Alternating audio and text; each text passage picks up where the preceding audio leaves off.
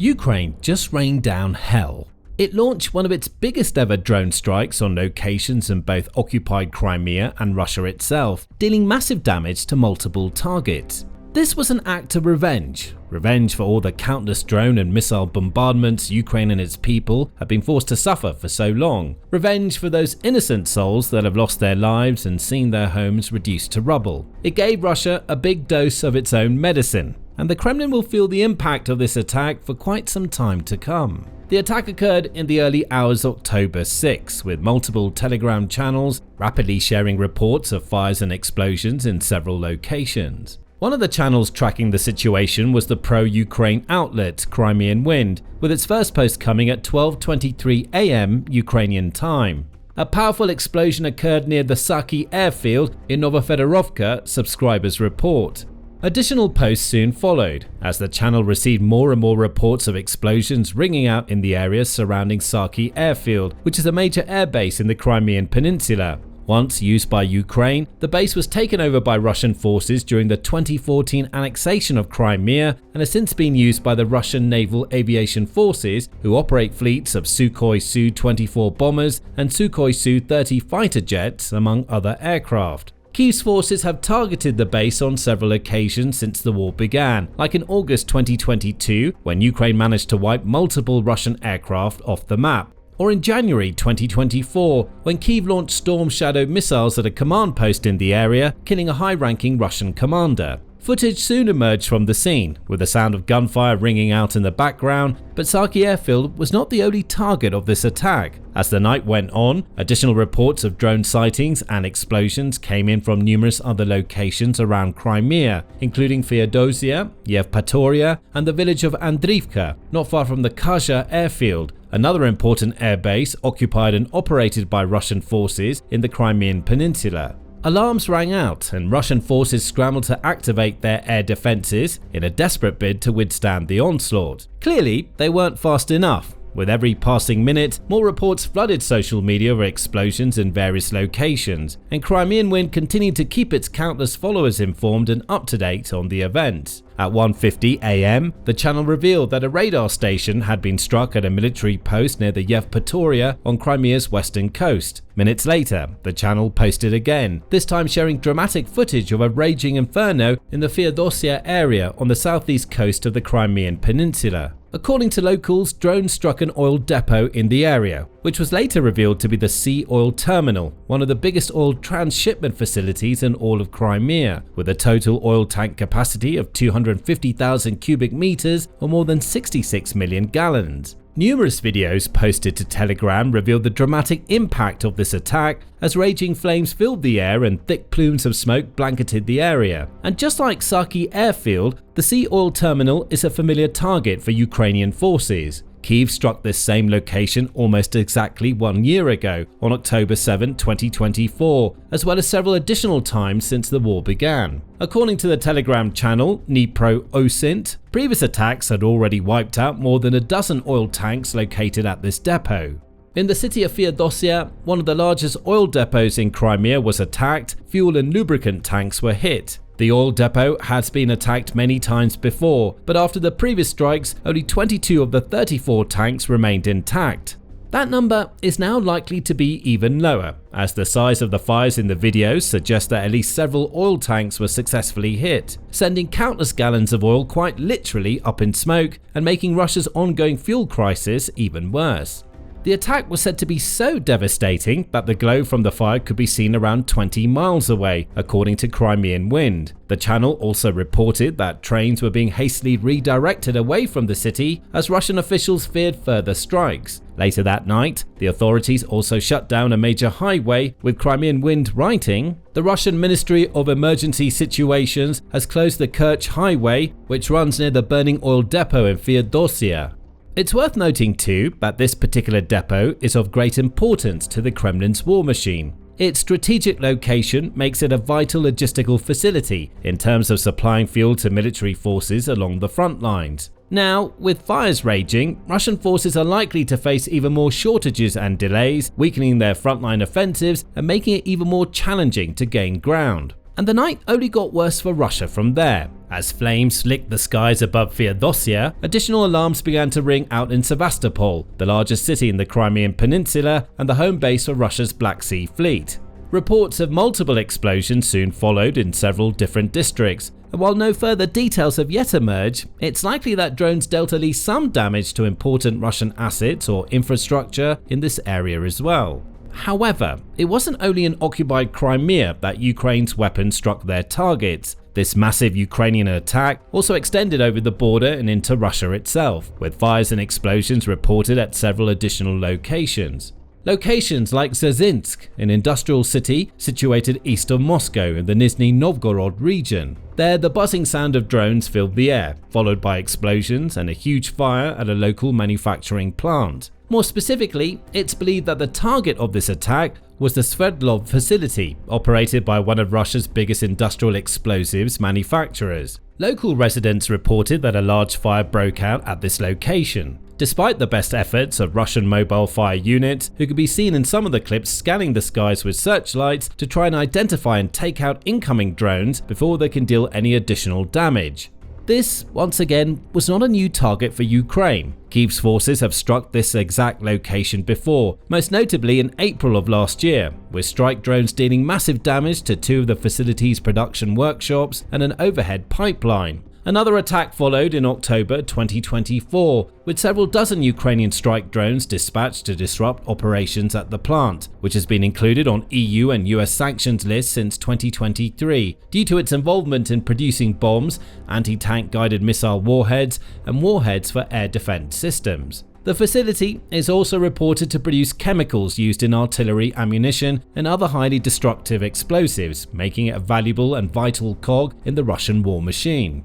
It's worth noting also that in Dzerzhinsk, over 500 miles away from Ukraine, which shows yet again how effective Kyiv's forces have become in regard to carrying out deep strike attacks on locations far beyond its borders. With attacks like this becoming increasingly frequent, the Kremlin is slowly but surely beginning to understand that none of its vast territory is truly safe, and that Kyiv can strike at any time and in any location. Ukrainian drones also wreaked havoc in the Russian city of Kyiv in the Bryansk region, situated north of Ukraine just beside Belarus. There, residents shared reports of a local thermal power plant on fire, and once more there was plenty of video footage and photos from those in the area to prove what had happened.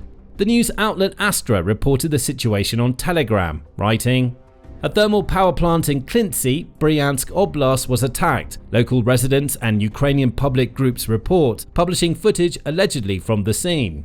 According to eyewitness reports, a massive explosion rocked the facility just before the blaze began, which may suggest that drones struck a critical weak point or large oil supply. In the wake of the incident, parts of the city also lost power.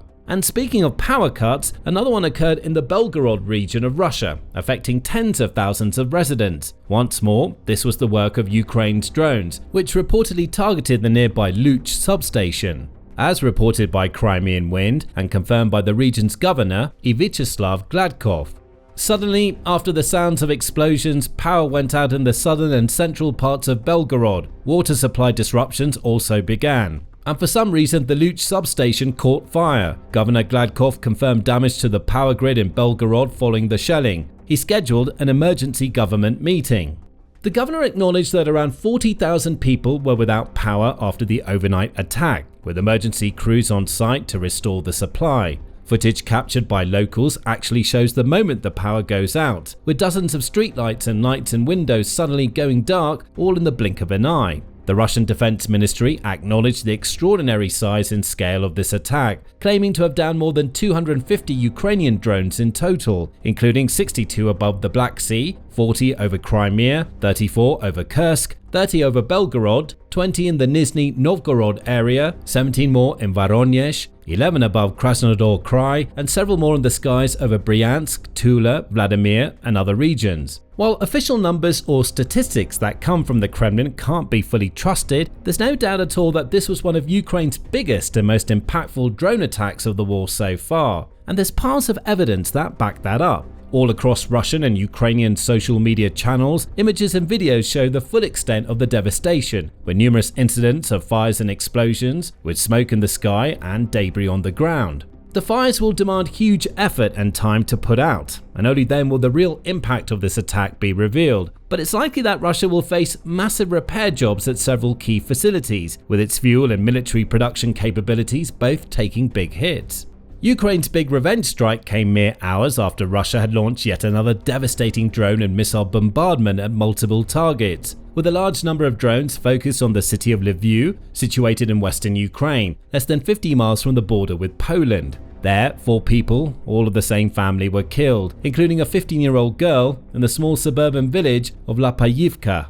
The Russian Ministry of Defense claimed it had successfully struck important military and infrastructure targets, but those on the ground tell a very different story, with the regional head of Lviv, Maxim Kozitsky, revealing that around 163 drones and missiles entered the area and primarily targeted residential buildings, hospitals, and civilian industry, as well as gas transportation infrastructure. He called the attack especially cynical given its timing, as temperatures are beginning to drop across Ukraine and local people will soon be relying on gas to heat their homes and survive the frosty winter conditions. In total, the Russian attack involved more than 500 attack drones and over 50 missiles, according to Ukrainian President Volodymyr Zelensky. It left 5 people dead in total, with others injured and tens of thousands without power in their homes. Zelensky also called on the international community to continue taking action, providing protection to Ukraine and calling for stronger air defense agreements to bring Russia's nightly attacks to an end.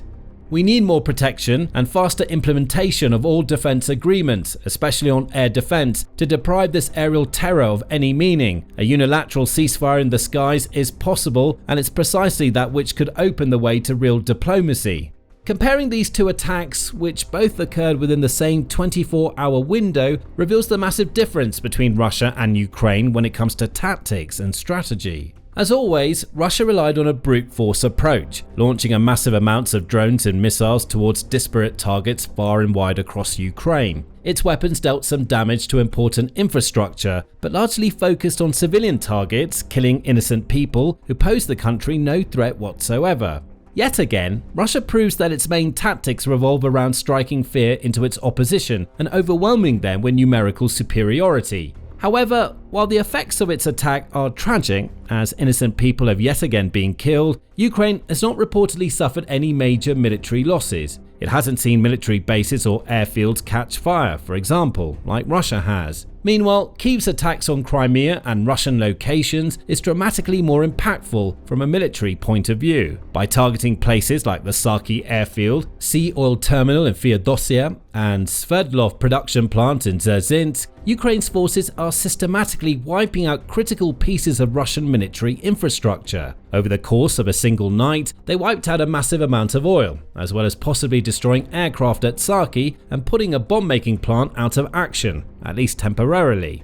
This will all have knock-on effects and long-term impact. With even smaller stocks of oil, for example, the Kremlin will now have to draw up new plans to deal with this chaotic fuel crisis. Already, hundreds of gas stations across Russia have been forced to close. Prices for tanks of gas have skyrocketed, several kinds of fuel are literally unavailable in multiple locations, and locals are lining up for hours on end just to get diesel or gasoline into their vehicles. Every single time Ukraine's drones or missiles hit another oil-related target, like the facility in Feodosia, that situation gets worse. That's why Ukrainian forces have made it one of their top priorities to identify and take out as many oil depots, pipelines, and fuel storage facilities as they possibly can. This in turn has meant that Russia's refining capacity has been slashed by a whopping 38%, and the country is 20% short of the supply it needs to meet national demand. Attacks on military production plants like the one in Dzerzhinsk are also hugely impactful. Russian forces rely on these kinds of factories to build the bombs, the missiles, the drones, and the countless other important pieces of military equipment they need to sustain their frontline assaults, aerial bombardments, and other offensive maneuvers into Ukraine. When those facilities get blown up or set on fire, their output inevitably drops. That means fewer bombs rolling off the production lines, fewer drones, missiles, and other weapons for the Kremlin to launch at Ukraine, and that in turn means fewer casualties. In short, attacks like this don't merely weaken the Russian war machine, they also save Ukrainian lives. And that's the big difference between the two sides. Russia is all about dealing as much damage as it possibly can to strong-arm Ukraine into submission. It has no qualms about blowing up people's houses and bombing hospitals filled with innocent civilians. Ukraine, meanwhile, acts with both honor and intelligence. It has the means to do exactly what Russia is doing. It could, for example, use its own drone army to hit Russian towns and villages, committing war crimes while killing and injuring civilians without mercy. But it doesn't.